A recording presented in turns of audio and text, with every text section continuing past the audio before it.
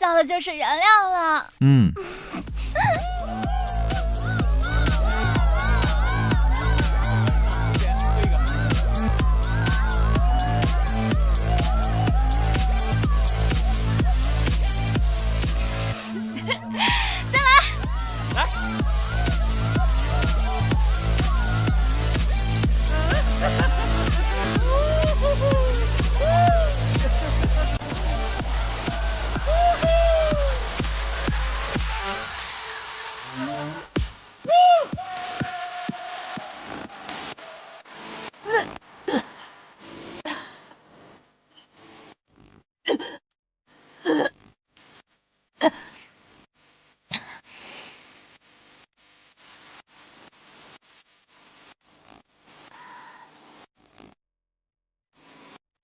是，喝多了。我怎么可能喝多呢？没事，一会儿再陪你喝两杯。你先去啊。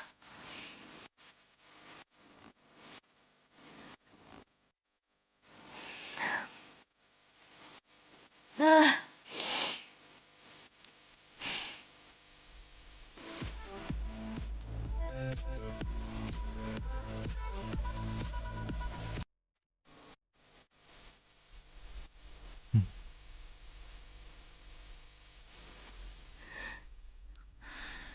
你知道我为什么离开邢家吗？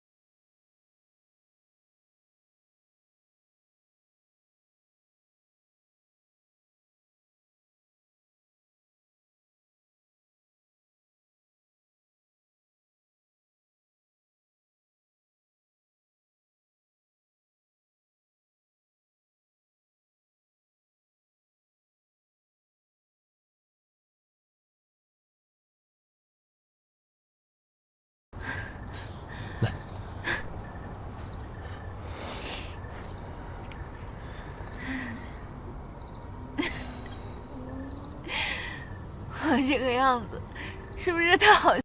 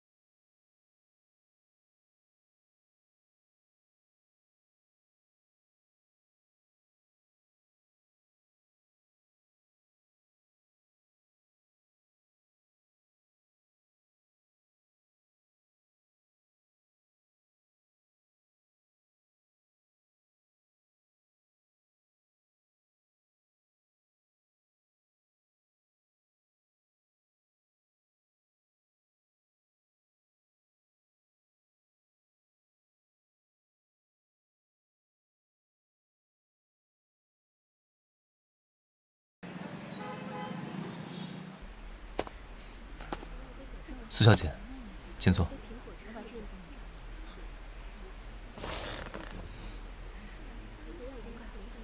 邢先生，今天找我来，有什么事吗？我知道我们之间存在一些误会，但是我真的很喜欢文熙。所以你今天找我来，到底干什么？我想问一些关于文熙的事情。文熙她为什么这么排斥婚姻？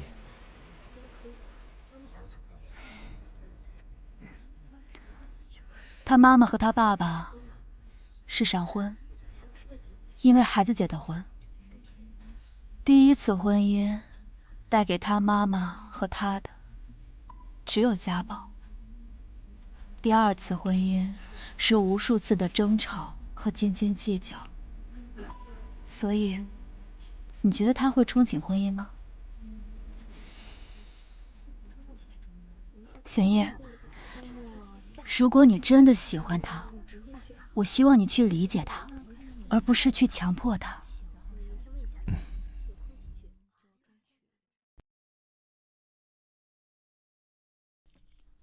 你确定吗？新城区的项目底价，财务部只有小赵知道，而且他和曹董事是亲戚。这个时候离职，如果没猜错的话，他很有可能透露真正的底价。苏总，他们上当了，接下来我们该怎么做？盯紧小赵，送上门的把柄一定要掌握住。曹思鹏想要拉拢邢氏，那我们就把邢氏变成竞争对手。好。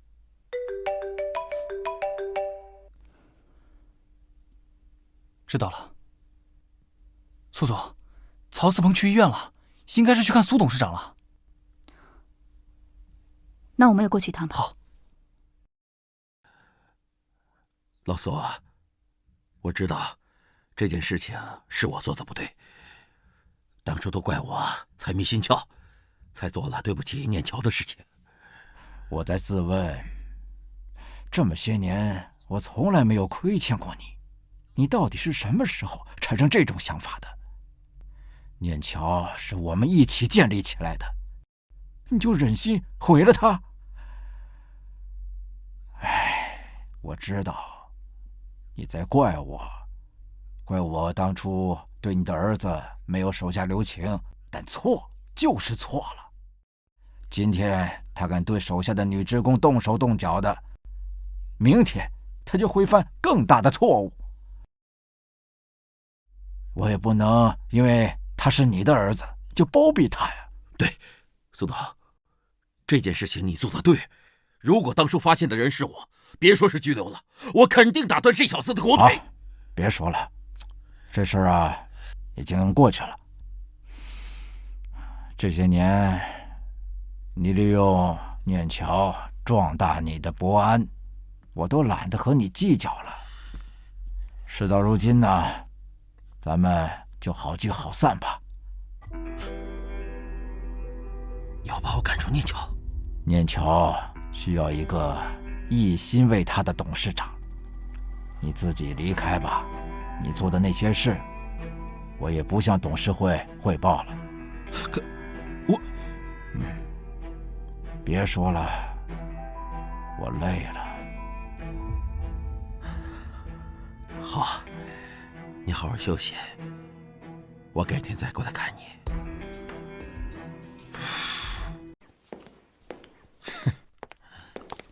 呀，是苏念啊！啊，公司还有点事儿，我先走了。啊，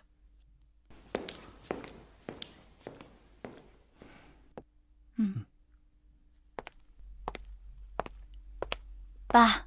哎呀，女儿来了，快坐下。爸，您身体怎么样啊？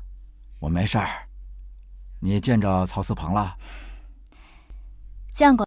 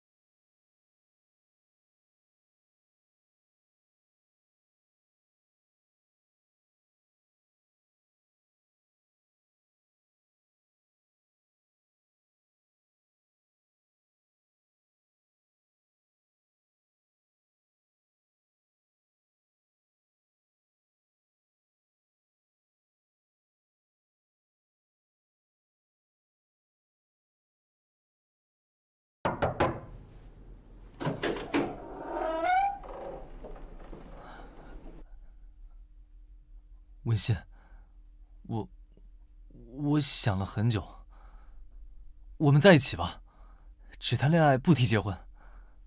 从今往后，我都不会提结婚了。和你在一起以后，我发誓，我不会跟你吵架，也不会对你使用冷暴力。你想做什么就做什么，我会试着去理解你的一切的。啊？那出现问题怎么办？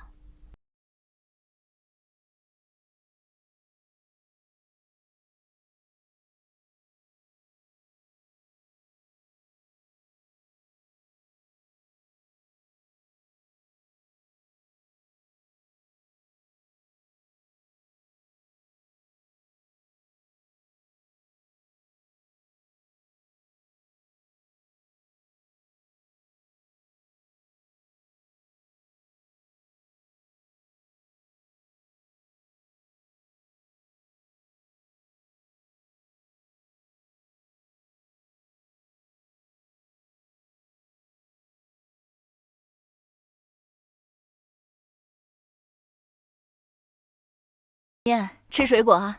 谢谢阿姨。邢叔叔，我知道不安的人来找过您，想和邢氏集团一起开发新城区的项目。小念啊，我和你父亲啊是多年的朋友，但是合作，那不也得合适不是吗？是这样的，合作讲究的就是共赢，这个方案一定会让您满意的。这个方案啊，确实挺诱人的。但是你为什么把利益都让出来呢？你也知道，念桥集团这么多年一直以来都有蛀虫，已经到了不得不拔的时候。与其为他人做嫁衣，不如帮助我们自己人，反正结果都是一样的。合作没问题，但是我有个条件。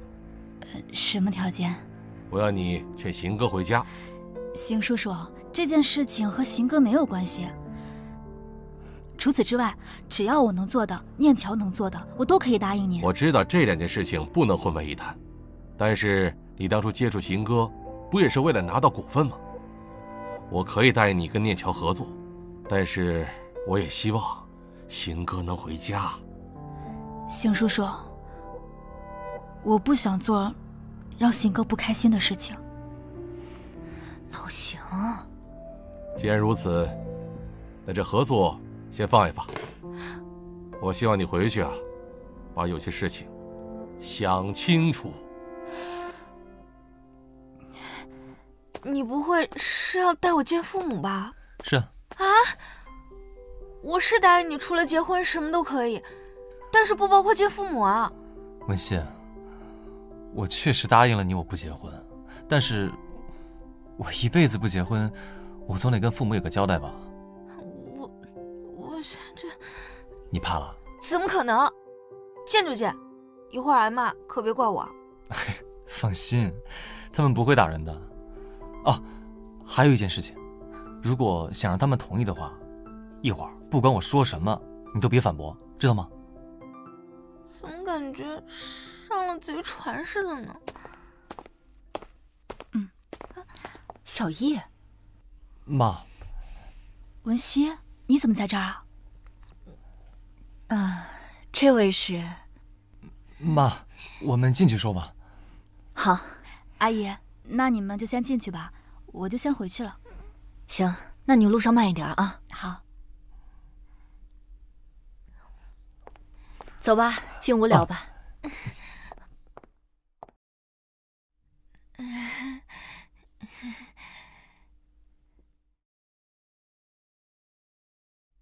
爸妈，正式介绍一下，这是我的女朋友陆文熙。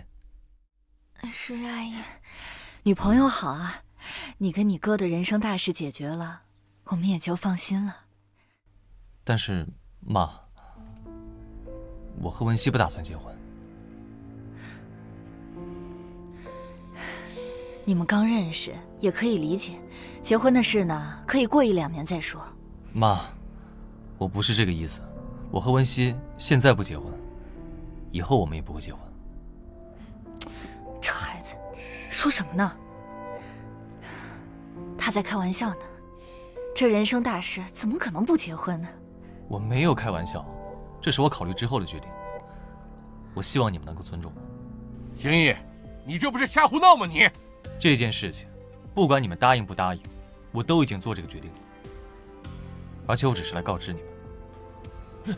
邢毅，爸，你们走开！不是，爸，到房间休息吧。爸，老邢，来，到房间休息吧。少说两句吧。老邢，慢点啊，别跟孩子置气啊。我不想做让。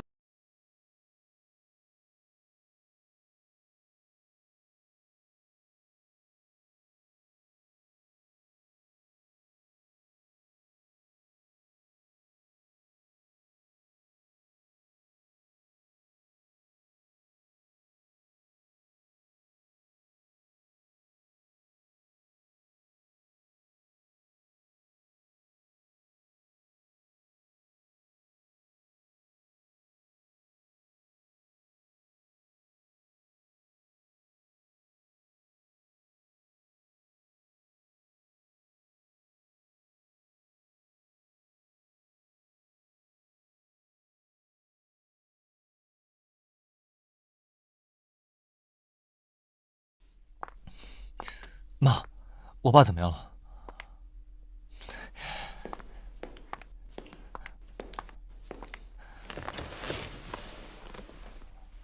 妈，爸他到底怎么了？没事儿，就是血压高，吃药休息了。小陆，他爸脾气急，一时很难接受。我们做父母的，也不能强求你们什么。但是婚姻，这是人生大事，你们还是要慎重考虑一下呀。行了，今天就到这儿吧，我也不留你们了。妈，那我先送文熙回去。哎，你等我一下。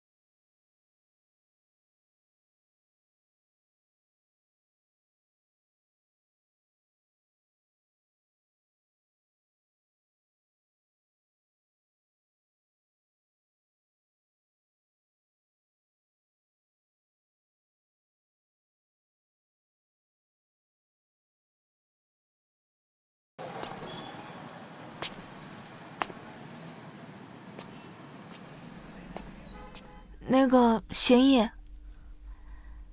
如果你难受的话，我可以陪着你的。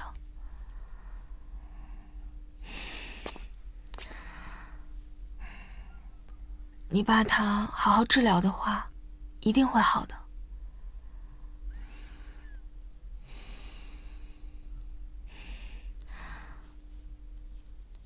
念念他是有主意的人，我劝他也不一定有用。就算我说服了他，邢哥那边也不一定同意。文熙，这件事情我不想让你有太大压力了。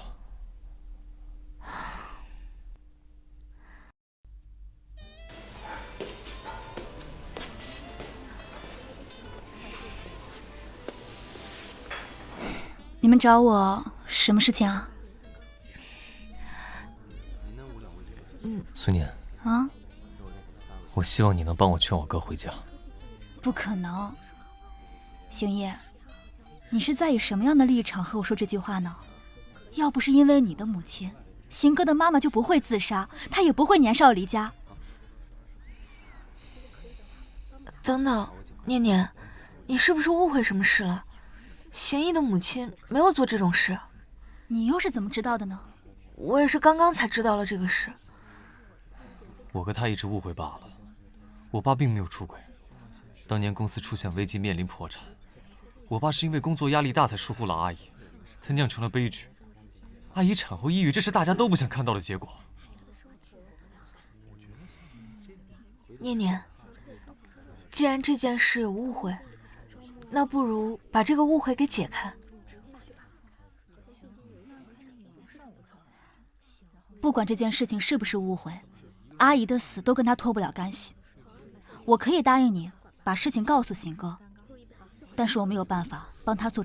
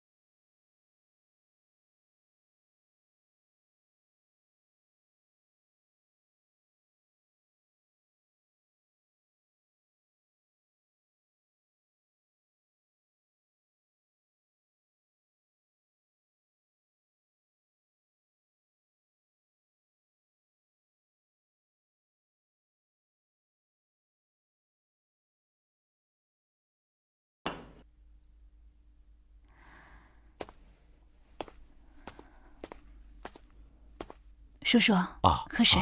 谢谢。叔叔，邢毅都和我说了，您的身体……哦，能不告诉邢哥吗？真不和他说吗？唉，告诉他也没什么意义啊。叔叔，你们长辈之间的事情我不了解，也不敢给予置评，但解铃还需系铃人。你们自己的误会，还需要自己去解。我知道，有些伤口啊，永远无法愈合。我就想用我剩余的时间来弥补。我明白，所以我希望你们可以好好沟通，化解矛盾。邢哥，邢哥，你怎么这么早就回来了？苏念，你是不是忘了什么事儿？啊，那你们有事，我就先走了啊。我是跟苏念在一起了，但这不意味着我要回去。如果你因为这件事让他帮你做什么，这只会让我恶心。好。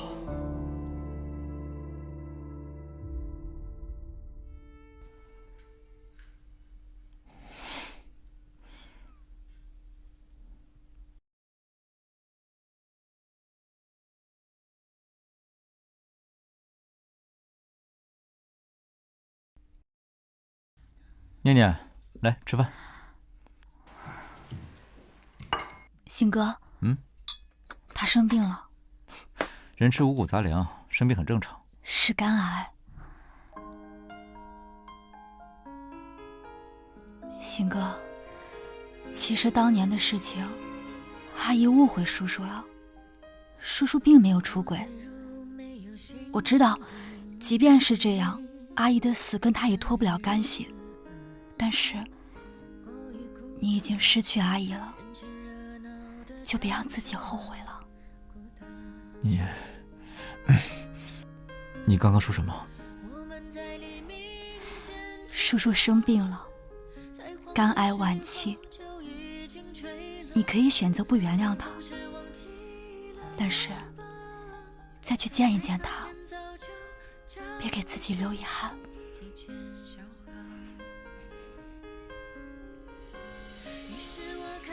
吃饭，先吃饭。你都不问问他的病情吗？你都看见了，能跑能跳，没事儿。邢哥，那不是感冒，是肝癌。我去给你盛晚饭啊。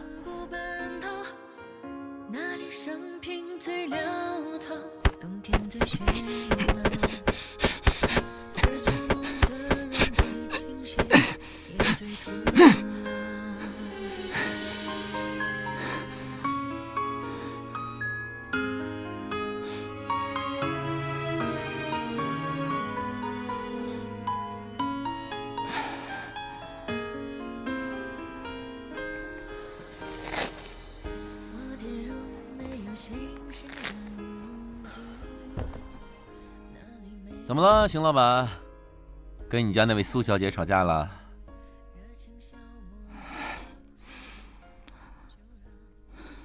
那是什么？老邢生病了，肝癌晚期。什么？那，你这……苏念告诉我，是我错怪他了。老邢没出轨，都这会儿了，不就想让我回去看看吗？那这事儿你自己怎么想啊？我有什么选择吗？说恨，我确实恨过。这么多年，好多人跟我说，他没出轨，是个好丈夫、好父亲。一个人这么说，一群人这么说，有什么意义？无论他是做还是没做，我妈都是因为他跳楼死在我面前的，这点永远都无法改变。你说我这也不太会安慰人啊。你这事儿，你自己想好怎么做了吗？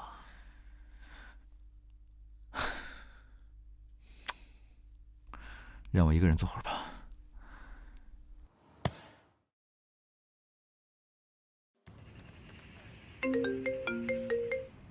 喂，苏念，你和我哥在一起吗？他的电话我打不通。没有啊，怎么了？我爸突然昏倒，送抢救室了。什么？怎么这么突然？我马上去找他。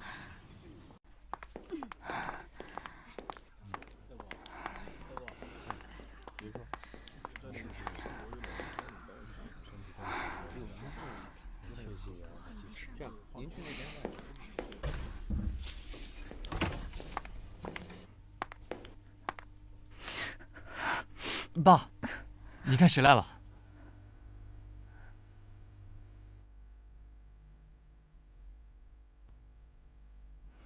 阿姨，邢叔叔他没事吧？唉，其实没有邢姨说的那么严重。邢姨知道他哥的脾气，就算知道老邢病了，他也拉不下来这个面子。毕竟这么多年的隔阂在这儿呢。所以让你带他过来，也是想给他们一个台阶下。我明白了，阿姨，叔叔没事就好。苏念，谢谢你带我哥过来。没什么，我也是想让他们当面把误会解释清楚。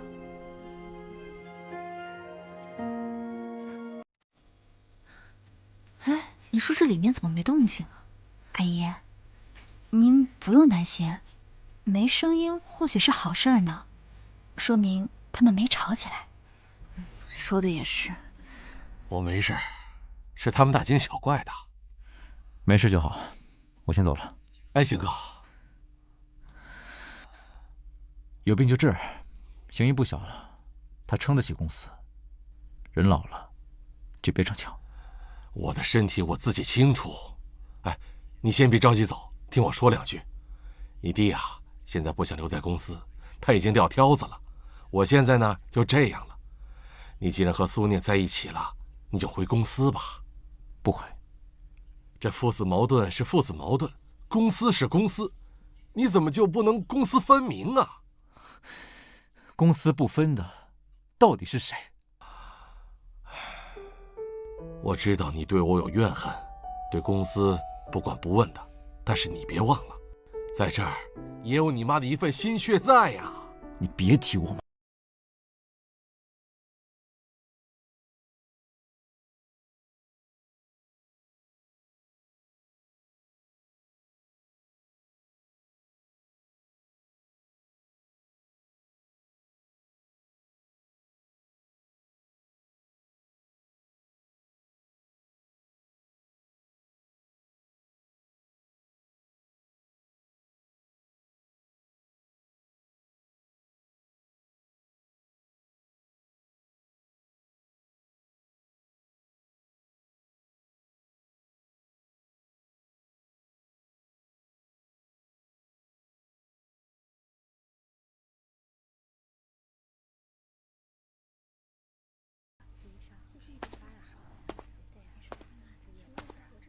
咱们走吧。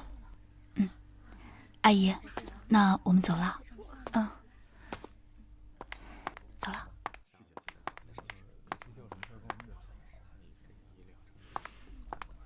邢哥，我能单独和你聊聊吗？那你们先聊，我去那边等你。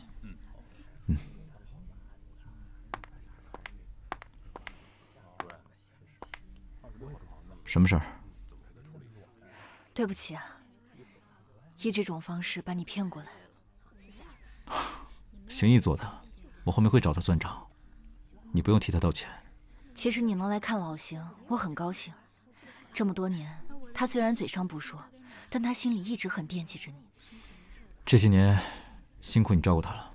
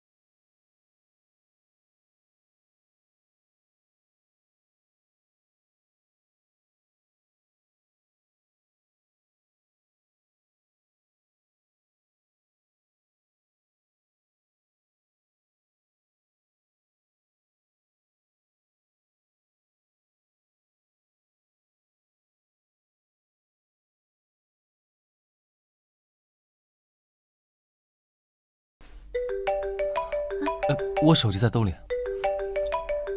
阿姨。哦，你接吧。喂，妈。今天总算是了了我的心事。我见小苏和邢哥感情不错，以后你跟文熙也要好好的啊。知道了，妈。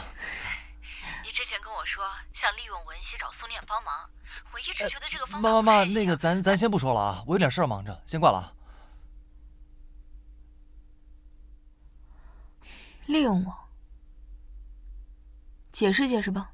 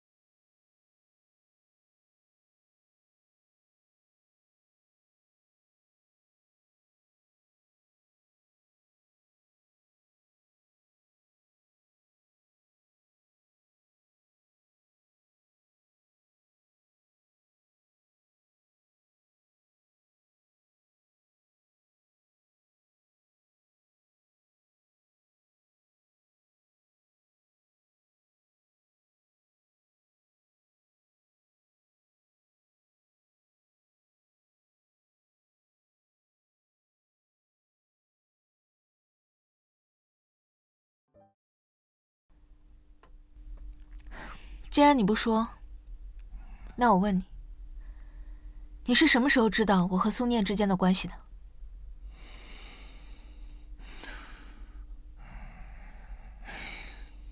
得知要跟苏家联姻之后，我就找人调查了苏念。看到资料后，我就知道了。我一直很疑惑，苏念她不笨，怎么会认错人？所以，这里面也有你的手笔。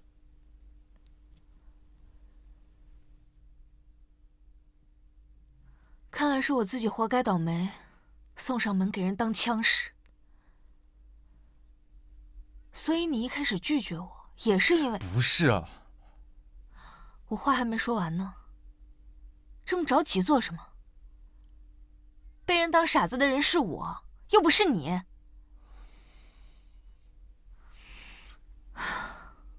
所以那天在酒吧被人下药那件事，也是你干的。不是啊，文熙，我承认，一开始我是想过让你帮我，但之后我并没有那么做。是，你没做，是我人傻，我自己主动这么干了。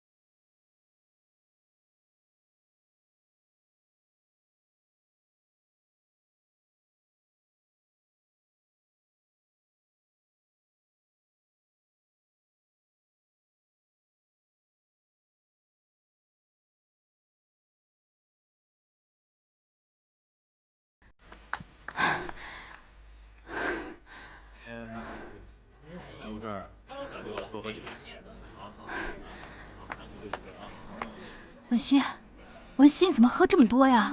文熙，快醒醒！念念，你来了，怎么回事啊？念念，啊，你陪我喝酒。哎呀，怎么了，文熙？念念，我对不起你。你对不起我什么呀？念念，我没有想到他都是骗我的。谁骗你啊？秦毅那个王八蛋！啊！他答应我不结婚的要求，带我回去，以说服他父母的名义，其实就是为了让我知道他哥和邢家的矛盾，让我看他犯难，好利用我来说服你。还有，你认错人那件事也是邢毅干的。没事，没事，你又没做错什么，也不能怪你，要怪啊，也只能怪邢毅。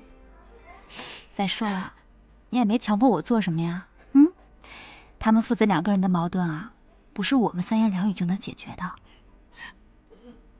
真的吗，念念？你放心，我已经跟邢哥说了，让邢毅赶紧过来接你一起回去。不要，我跟他分手了。分手？念念，我陆文熙也有被人骗的一天。你说，这是不是报应啊？说什么呢，文熙？你别喝了。文熙，都是报应啊！文熙没事吧？我想，我们有必要好好谈一下了。好，帮我照顾好文熙。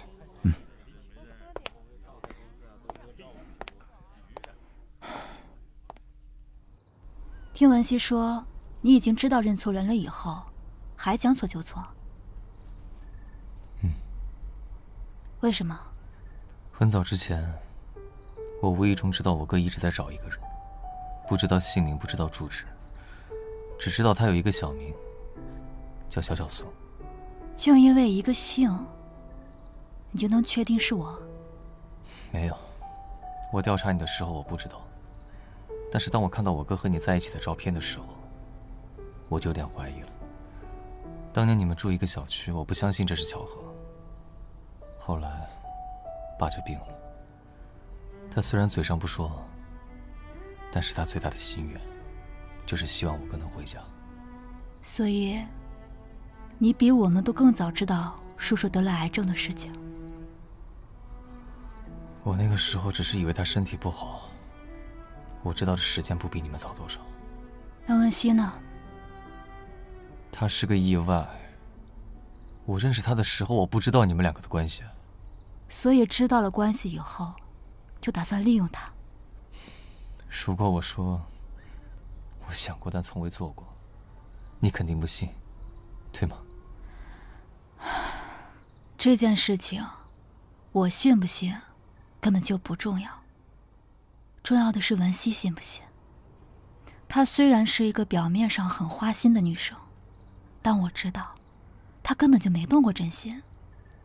但是她这次为你真的放下了很多她之前的顾忌，所以我真的希望你能好好对她的这份真心吧。我知道这件事情是我做的不对，我会想办法让她原谅我的。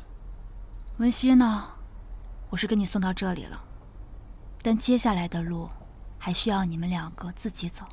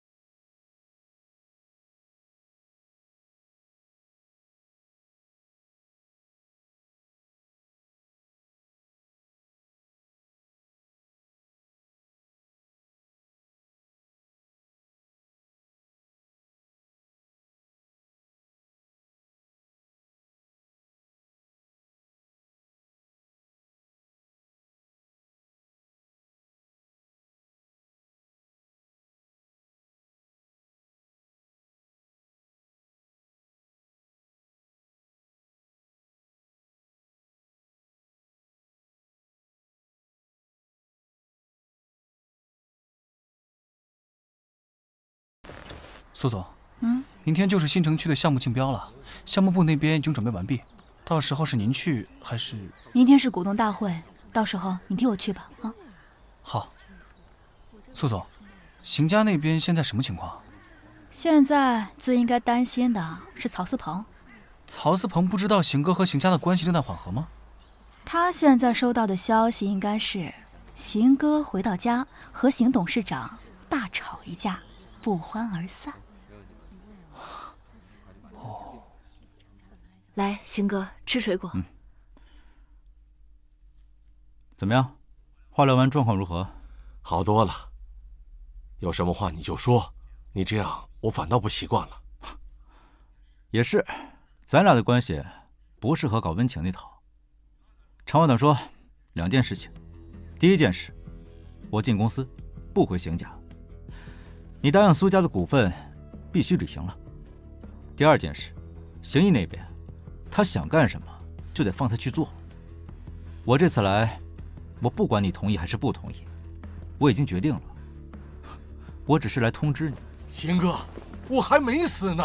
我知道，不然费尽心思把我弄回来的是谁啊？你不是恨我吗？那你回来干什么？我当然恨你，所以我现在要亲手抢走你辛辛苦苦建立的公司。这个法子，你觉得怎么样？哎，行行行，事儿就这么个事儿。过2天找个助理，把手续给我走了。管公司也不难，我努力不给你干倒闭啊。你走，你赶紧走，赶紧跟我走。行了，就别气，人都走了，还跟谁假生气呢？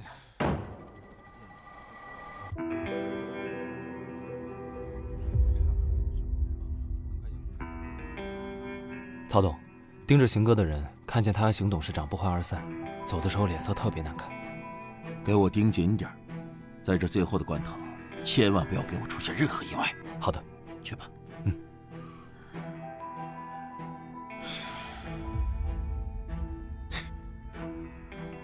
老苏啊，老苏，我给过你机会，可是你非要跟我斤斤计较，这你可不能怪我了。明天之后，念桥就姓曹了。我回来了。回来了，今天没有把邢叔叔气到吧？应该没有吧。我让你去演戏，可没让你假戏真做哦。假戏真做，那不是咱俩的剧本吗？我去洗澡，一起吗？不要。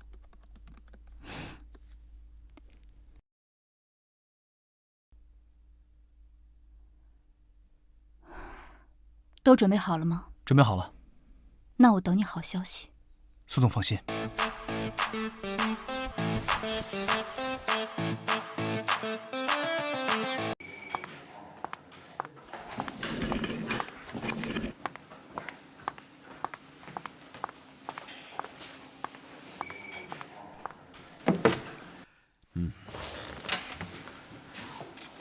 都到齐了吧？想必大家也知道今天这次会议的目的是什么。关于新董事长的表决会，现在请在座的诸位董事举手投票。支持苏总经理的请举手。3票。支持我的请举手。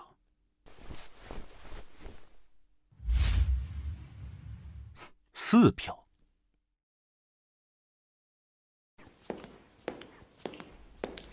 在投票结果公布之前，有件东西要给大家。我想大家有义务知道，也有权利要知道。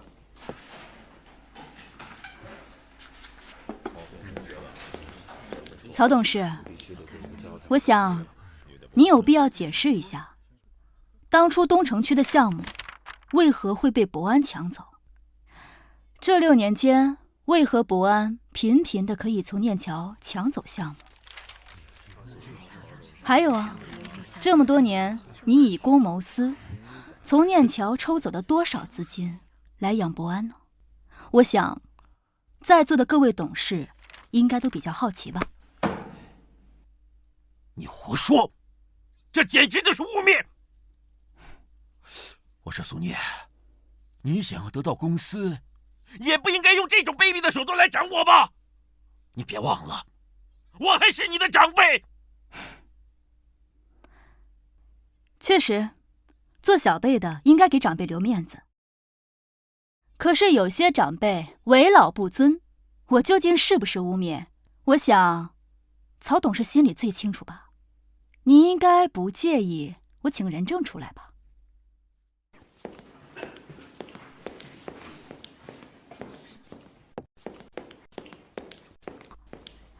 怎么回事？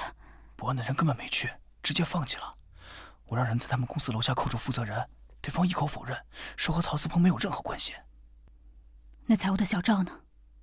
那人倒是真的，还说过去抢走的项目都是从小赵那里得知的情况。苏念，你有什么事儿，不能大点声说出来吗？啊，让大家都听听。哎，我好像刚才听你说，你有什么人证？你的人证呢？你的人证，不会就是你的助理吧？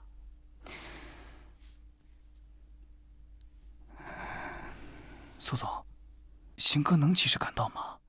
这个时间他应该还在刑事，马上就能过来了。苏念，要是没有什么事儿的话，咱们就宣布结果吧，怎么样？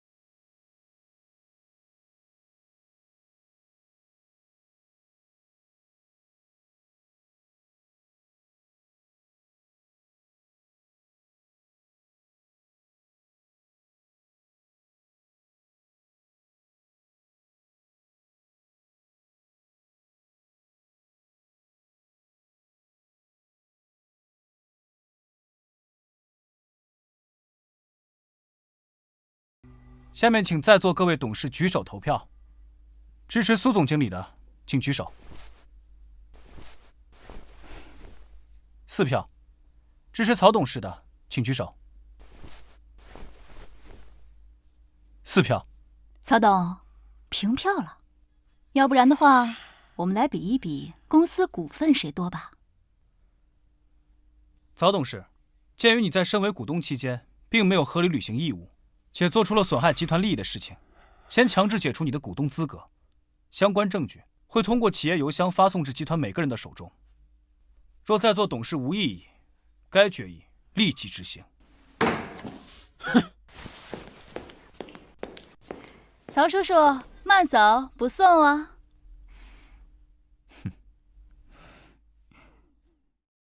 苏董事长，恭喜你啦，得偿所愿。我可都听司爵说了，你在那股东大会上一点没给那曹思鹏留下脸面，最后还拿出证据，直接除了他的股东资格，收回所有股份。你现在可是念桥的绝对控股人啦，是念桥最年轻的董事长。哟，一般一般啦。不说这个，来帮我看一下这几个日子哪个好。你干嘛？领证啊！我觉得这个就不错，就在明天。剩下这几个都太远了，到时候忙起来的话，肯定来不及。你这也太着急了吧？你不懂，虽然说董事会已经开完了，但是手续还没有完全处理好。我怕我爸到时候再用结婚这事儿给我设一关卡，那我就从正式的变成临时的了，这风险太大了，不能冒。行吧。我真是搞不懂你，为什么非要跳进这婚姻的牢笼呢？是不是牢笼，得进去看看才知道啊。哎，你和邢毅还没和好？你什么时候见过我跟前任牵扯不清的？哎呦，好巧不巧，见过20个。那都不算，我那不是借着恋爱的名义把他们骗进我的公司替我搬砖吗？所以，你还要不要跟邢毅和好啊？不要。不过，我看有些人不是这样想的呀。谁啊？文熙，我怕那天喝多了，所以我把那天说的话再和你说一遍，我从来都不觉得你有强迫过让我做自己不想做的事情，邢哥也不会这样觉得的。所以，你不要再把一些本来就不是自己的过错强加在自己身上了。邢毅呢，虽然有错，但我觉得他都是出于好意的，所以罪不至死吧。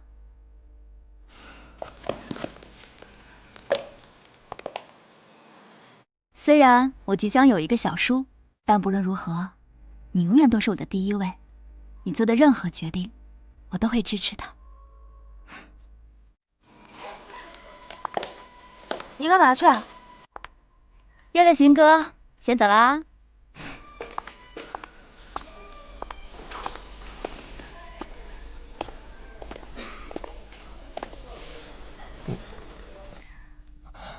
文心，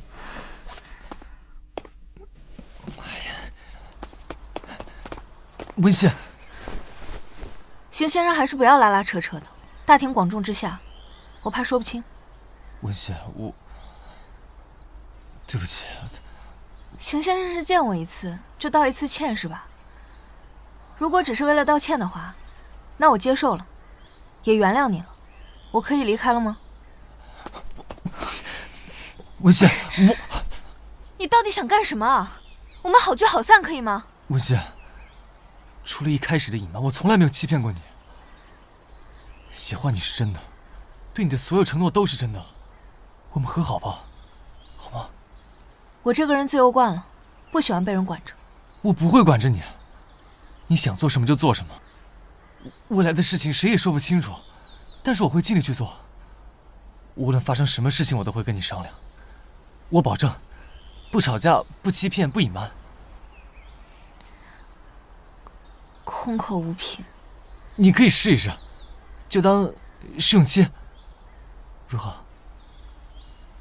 真的？真的。那就试一下吧。文心，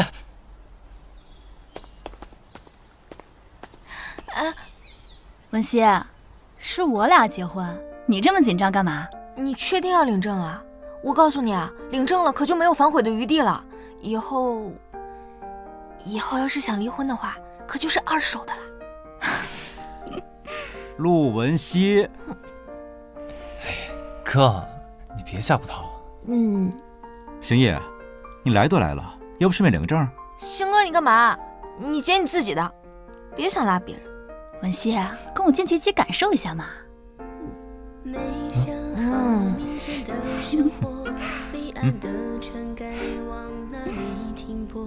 走。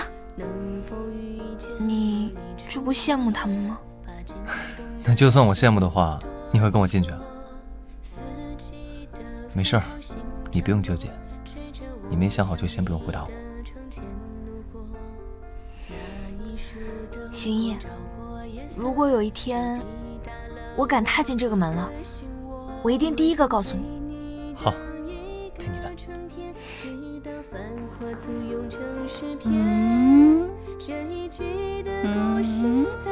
哟，哎呀，我女儿真结婚了。那还能骗您不成？我才没有那么无聊呢。不后悔？不后悔啊，反正没有想过离婚的事情。行吧，那什么时候回家吃饭？婚礼什么时候举办呢？我跟邢哥呢，打算先去度蜜月，反正最后一道任命书还没有下了。这段时间你就先替我管理一下吧。度蜜月？你们连婚礼都没举办，你度什么蜜月呀？去多久啊？这个嘛，短则1个月，长则2、3个月。哎呀，你也知道啦，自从我进入念桥以后，就没有时间休过假，趁这次有时间，一次性都休了。这么久啊？不行，我都和老伙计说好了，下个月一起到国外去度假，飞机票都买好了。那怎么办？我还想度假呢。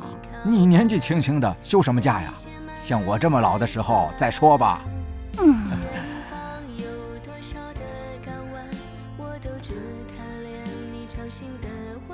行小厮啊，立刻把文件拿过来，我要签字。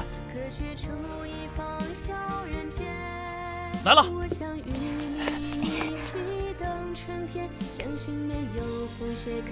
你这臭小子！念念，你呀，你就怕我不把公司交给你？我不是想让您安心去度假吗？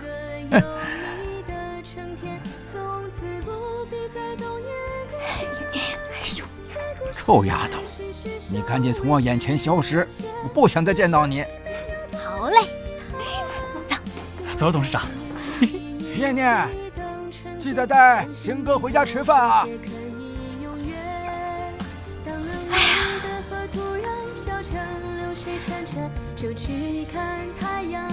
拿着。我在等个有你的春天，从此不必再等一个等，在故事里伸手之前，让生命没有多余遗憾。怎么样？还用问？有我出马，还能搞不定？走，庆祝一下。啊！